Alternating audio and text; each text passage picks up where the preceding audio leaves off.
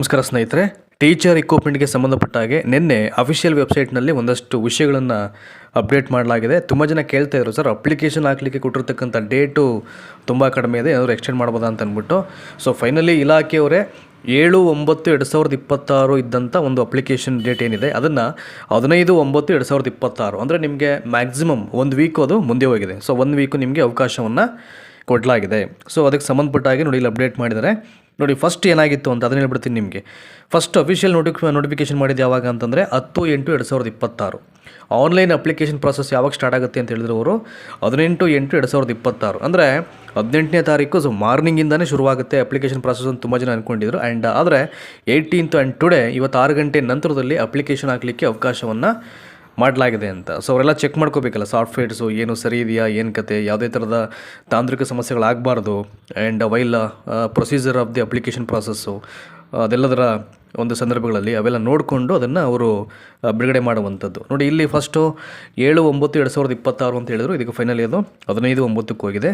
ನೋಡಿ ನಿನ್ನೆ ಇಲಾಖೆ ವೆಬ್ಸೈಟ್ನಲ್ಲಿ ನೋಡಿ ಇಷ್ಟು ವಿಷಯಗಳನ್ನು ಇನ್ಕ್ಲೂಡಿಂಗ್ ಮಾಡಿದ್ದಾರೆ. ಅದನ್ನು ಹೇಳ್ಬಿಡ್ತೀನಿ ನಿಮಗೆ ಇಲ್ಲಿ.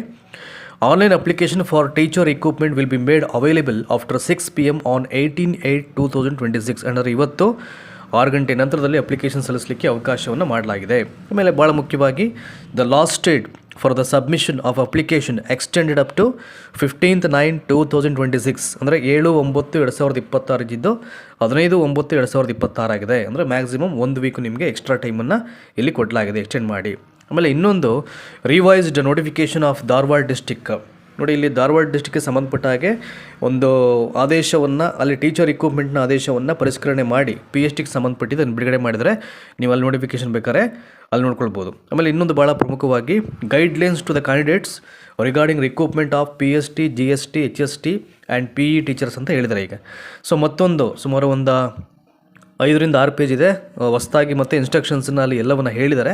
ಅದನ್ನು ಇನ್ನೊಂದು ವೀಡಿಯೋದಲ್ಲಿ ಕ್ಲಿಯರ್ ಕಟ್ ಆಗಿ ಏನೇನು ಹೇಳಿದ್ರು ಎಲ್ಲವನ್ನು ನಿಮಗೆ ಮಾಡಿ ಹೇಳ್ತೀನಿ. ಆಮೇಲೆ ಭಾಳ ಪ್ರಮುಖವಾಗಿ ನೆನೇನು ಕೂಡ ಹೇಳಿದ್ದೀನಿ ನಿಮಗೆ. ಸೊ ದಯಮಾಡಿ before you are going to application for the post, ನೀವು ಬಯಸ್ತಕ್ಕಂಥ ಪೋಸ್ಟ್ಗೆ ಅಪ್ಲಿಕೇಶನ್ ಹಾಕಲಿಕ್ಕಿಂತ ಮುಂಚೆ ಈಗಾಗಲೇ ಜಿಲ್ಲಾವಾರು ಎಲ್ಲ PDF ವೆಬ್ಸೈಟಲ್ಲಿ ಅವೈಲೇಬಲ್ ಇದೆ. ಅವ್ರು ಬಿಟ್ಟಿದ್ದಾರೆ ಈಗ, ಸರಿಯಾಗಿ ನೋಡ್ಕೊಳ್ಳಿ. ಯಾಕೆಂದರೆ ಎಂಟೈರ್ 15,000 ಪೋಸ್ಟ್ ಇದು.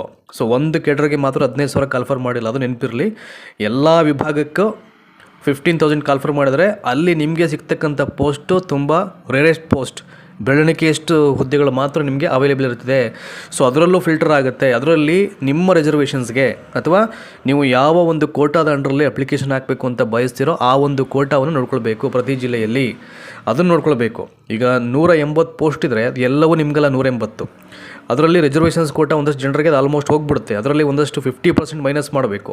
ಇನ್ನು ಉಳಿದಿರೋ 50% ಹುದ್ದೆಗಳಲ್ಲಿ ರಿಸರ್ವೇಷನ್ಸ್ ನಿಮ್ಮ ಕ್ಯಾಟಗರಿಗೆ ನಿಮ್ಮ ರಿಸರ್ವೇಷನ್ಗೆ ಎಷ್ಟು ಬರುತ್ತೆ, ಅದರಲ್ಲಿ ಮತ್ತೆ ವುಮೆನ್ ಮತ್ತೆ ಕ್ಲಾಸಿಫಿಕೇಷನ್ ಆಗುತ್ತೆ. ಇವೆಲ್ಲ ನೋಡಿಕೊಂಡು ಎಷ್ಟೆಷ್ಟು ಹುದ್ದೆಗಳು ಉಳಿತಿದೋ ಅದನ್ನು ಒಂದು ಕಡೆ ಬರ್ಕೊಂಡು ಆಮೇಲೆ ಅಪ್ಲಿಕೇಶನ್ ಹಾಕಬೇಕು. ಬ್ಲೈಂಡಾಗಿ ಹಾಕ್ಬೇಡಿ. ತುಂಬ ಜನ ಏನು ಮಾಡ್ತಾರೆ, ಯಾವುದೋ ಜಿಲ್ಲೆಯಲ್ಲಿ ಇಷ್ಟ ಹುದ್ದೆಗಳು ನಮಗೆ ಜಾಸ್ತಿ ಇದೆ ಅಲ್ಲೇ ಹಾಕ್ಬೋಣ ಅಂತ ಅಂದ್ಬಿಡ್ತಾರೆ. ಬಟ್ ನೀವು ಅದನ್ನು ಕ್ರಾಸ್ ಚೆಕ್ ಮಾಡಿದಾಗ ಏನಾಗುತ್ತೆ, ಅಲ್ಲಿ ನೀವು 120, 180 ಇದೆ ಅಂತ ಅಂದ್ಕೊಂಡ್ರೆ ಅಥವಾ 200 ಇದೆ ಅಂತ ಅಂದ್ಕೊಂಡ್ರೆ ಅಲ್ಲಿ ನಿಮ್ಮ ಒಂದು ವಿಭಾಗಕ್ಕೆ ಅಥವಾ ನಿಮ್ಮ ವರ್ಗಕ್ಕೆ ಮೀಸಲಾಗಿರ್ತಕ್ಕಂಥ ಹುದ್ದೆಗಳ ಸಂಖ್ಯೆ ಜಸ್ಟ್ ಒಂದು 10 to 12% ಮಾತ್ರ ಇರುತ್ತೆ. ಅದನ್ನು ನೋಡ್ಕೊಳ್ಳಿ, ದಯಮಾಡಿ ನೋಡ್ಕೊಳ್ಳಿ, ಆಯಿತಾ. ಸೊ ಯಾವುದನ್ನು ಕ್ರಾಸ್ ಚೆಕ್ ಮಾಡ್ದೇ, ಯಾವುದನ್ನು ಸರಿಯಾಗಿ ನೋಟಿಫಿಕೇಷನ್ ರೆಫರ್ ಮಾಡ್ದೇ, ವರ್ಗವಾರು ಹುದ್ದೆಗಳ ಹಂಚಿಕೆಯನ್ನು ಗಮನಿಸ್ತೇನೆ ಅಪ್ಲಿಕೇಶನ್ ಹಾಕ್ಲಿಕ್ಕೆ ಹೋಗ್ಬೇಡಿ. ಸುಮ್ಮನೆ ಫೀಸ್ ವೇಸ್ಟ್ ಆಗುತ್ತೆ. ಆಮೇಲೆ ನಾನು ಹೇಳಿದ್ದೀನಿ, ಒಂದೇ ಕೇಡರ್ನ ಹುದ್ದೆಗೆ ಒಂದು ಜಿಲ್ಲೆಯಲ್ಲಿ ಮಾತ್ರ ಅಪ್ಲಿಕೇಶನ್ ಹಾಕಲಿಕ್ಕೆ ಅವಕಾಶ ಇರ್ತಿದೆ. ಸೊ ಅದೇ ಹುದ್ದೆನ ಫಾರ್ ಎಕ್ಸಾಂಪಲ್ ಮೈಸೂರು ಜಿಲ್ಲೆಯಲ್ಲಿ GPTದು ಒಂದು ಹುದ್ದೆಗೆ ಅಪ್ಲಿಕೇಶನ್ ಹಾಕಿದ್ರು ಅಂತಂದರೆ ನೀವು ಅದೇ ಹುದ್ದೆಗೆ ಮತ್ತೊಂದು ಜಿಲ್ಲೆಯನ್ನು ಆಯ್ಕೆ ಮಾಡೋಂಗಿಲ್ಲ, ಅರ್ಥ ಮಾಡ್ಕೊಳ್ಬೇಕು. ಸೊ ಪೋಸ್ಟ್ ಬೇರೆ ಆದಾಗ ಮಾತ್ರ ಬೇರೆ ಜಿಲ್ಲೆಯನ್ನು ಹಾಕಲಿಕ್ಕೆ ಅವಕಾಶ ಇರುತ್ತೆ. ಆಮೇಲೆ ಇನ್ನೊಂದು ಭಾಳ ಪ್ರಮುಖವಾಗಿ ಈ ಸಲ ಹೇಳಿರುವಂಥದ್ದು, ಒಂದೇ ಅಪ್ಲಿಕೇಶನ್ನಲ್ಲಿ 3 ವಿಭಾಗದ ಹುದ್ದೆಗಳಿಗೆ ನೀವು ಅರ್ಜಿಯನ್ನು ಸಲ್ಲಿಸಲಿಕ್ಕೆ ಅವಕಾಶ ಇದೆ. ಇನ್ ಕೇಸ್ ಏನಾದರೂ 3 ವಿಭಾಗದ ಪರೀಕ್ಷೆಗಳಿಗೆ ಪೂರಕವಾದಂಥ ವಿದ್ಯಾರ್ಹತೆಯನ್ನು ನೀವು ಹೊಂದಿದ್ದೇ ಆದರೆ, ನೀವು ಎಲಿಜಿಬಲ್ ಇದ್ದರೆ ಆ 3 ವಿಭಾಗದ ಪರೀಕ್ಷೆಗಳಿಗೆ ಅಂಥ ಟೈಮಲ್ಲಿ ಸೊ ದ 1 ಫಾರ್ಮ್ಯಾಟಲ್ಲಿ ಅಥವಾ 1 ಅಪ್ಲಿಕೇಶನಲ್ಲಿ ಅಷ್ಟು ಪರೀಕ್ಷೆಗಳಿಗೆ ಅಪ್ಲಿಕೇಶನ್ ಹಾಕಲಿಕ್ಕೆ ಅವಕಾಶವನ್ನು ಮಾಡಿಕೊಟ್ಟಿದ್ದಾರೆ. ಇವೆಲ್ಲ ವಿವರಗಳನ್ನು ನಿಮ್ಮ ತಲೆಯಲ್ಲಿಟ್ಕೊಂಡು ಸೂಕ್ಷ್ಮವಾಗಿ ಗ್ರಹಿಸಿಕೊಂಡು ಅಪ್ಲಿಕೇಶನ್ ಹಾಕೋ ಪ್ರಯತ್ನ ಮಾಡಿ. ಆಮೇಲೆ ದಯಮಾಡಿ ಮೀಸಲಾತಿಯನ್ನು ಕೋರಿ ಯಾರೆಲ್ಲ ಪ್ರಮಾಣ ಪತ್ರವನ್ನು ಮಾಡಿಸ್ಕೊಳ್ಬೇಕು ಅಂತ ಅಂದ್ಕೊಂಡಿದ್ದೀರೋ ಮ್ಯಾಕ್ಸಿಮಮ್ ವಿತಿನ್ 1 ವೀಕ್ ಒಳಗಡೆ ಮಾಡಿಸ್ಬಿಡಿ ಬೇಗ. ಯಾಕಂದರೆ ಅದರೊಂದು ತಲೆನೋವು ಮತ್ತು ಇನ್ನೊಂದು ಅಪ್ಲಿಕೇಶನ್ ತಲೆನೋವು, ಇವೆರಡು ತಲೆನೋವುಗಳು ಮುಗಿದ್ಬಿಟ್ರೆ, ಇವೆರಡು ಪ್ರಾಸೆಸ್ ಮುಗಿಸ್ಕೊಬಿಟ್ರೆ ನೀವು ಮೈಂಡ್ ಫ್ರೀ ಆಗಿಬಿಡುತ್ತೆ. ನೆಕ್ಸ್ಟ್ ಕೂತ್ಕೊಂಡು ಓದಲಿಕ್ಕೆ ನಿಮ್ಗೆ ಅನುಕೂಲ ಆಗುತ್ತೆ.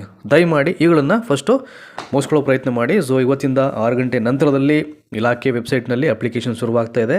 ಸೊ ರಾಜ್ಯದ ಎಲ್ಲ ಶಿಕ್ಷಕ ಆಕಾಂಕ್ಷಿಗಳಿಗೆ ನಮ್ಮ ವಾಹಿನಿಯ ಪರವಾಗಿ ಜೊತೆಗೆ ನನ್ನ ವೈಯಕ್ತಿಕವಾಗಿ ನಿಮಗೆ ಶುಭಾಶಯಗಳನ್ನು ಕೋರ್ತಾ ಇದ್ದೀನಿ. ಎಲ್ರಿಗೂ ಒಳ್ಳೆಯದಾಗಲಿ. ಇದೇ ರೀತಿಯ ನಮ್ಮ ಕಂಟೆಂಟ್ಸ್ನ ಎಲ್ಲರಿಗೂ ಶೇರ್ ಮಾಡ್ತಾ ನಮ್ಮ ವಾಹಿನಿಗೆ ಬ್ಲೆಸ್ಸಿಂಗ್ಸ್ ಮಾಡಿ, ಕೋಆಪ್ರೇಷನ್ ಮಾಡಿ. Thank you so much for watching this video.